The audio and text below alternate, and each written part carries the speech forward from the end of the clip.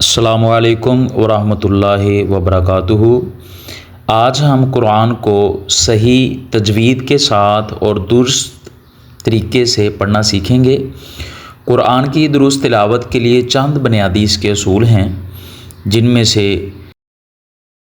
پہلے جو رول بیان کیا گیا وہ حروف مستعالیہ۔ حروف مستعالیہ کیا ہیں؟ حروف مستعالیہ چند ایسے حروف ہیں جن کو ادا کرتے وقت جس طرح ہماری زبان ہے، زبان کو اپنے ذہن میں رکھیں، زبان کا جو پچھلا حصہ ہے اس کو اوپر اٹھایا جاتا ہے اور آواز میں بھاری پن پیدا کیا جاتا ہے۔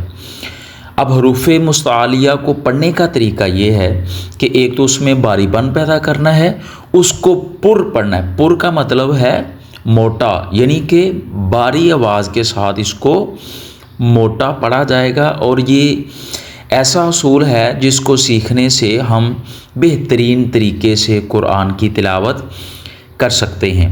اب حروف مستعالیہ ہیں کون کون سے؟ تو یہ بیسیکلی 7 حروف ہیں: خا، صاد، ضاد، غین، طا، قاف، ظا۔ اب ان کو یاد رکھنے کا طریقہ کیا ہے کہ ان کو یاد کیسے رکھا جائے؟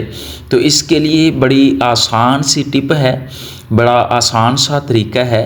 خص داغ تنقیز، سارے بول لیں، خص داغ تنقیز۔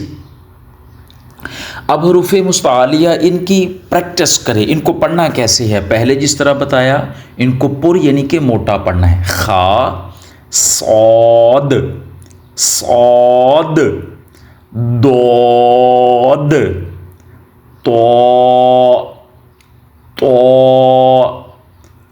قاف، ظا، ظا۔ یہ طریقہ ہے۔ آئیے قرآن میں دیکھیں، اگر نورانی قاعدہ آپ نے دیکھا ہو تو یہ جو آپ کو ہائی لائٹ کیے ہوئے الفاظ نظر آ رہے ہیں تو یہ حروف مستعالیہ ہیں۔ خا کے بعد ہے صاد، صاد، ضاد، ضاد، طا، طا، ظا، ظا، ظا، ظا، غین، قاف۔ تو یہ بن گیا خص داغ تنقیز۔ یہ 7 حروف ہیں جن کو حروف مستعالیہ کہا جاتا ہے، اور ان کو پر یعنی کہ موٹا پڑھا جاتا ہے۔